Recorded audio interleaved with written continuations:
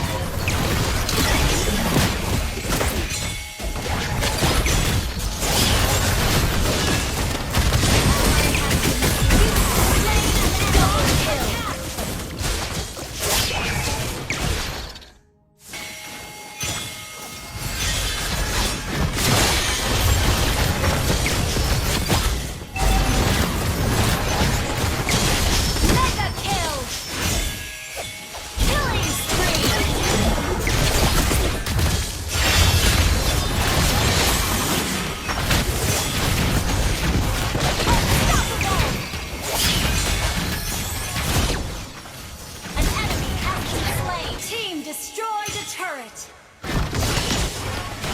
Monster kill! An enemy has been slain!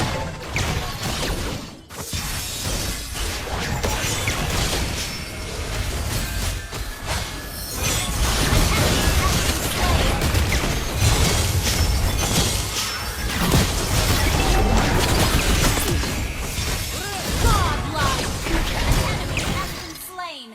Wiped out!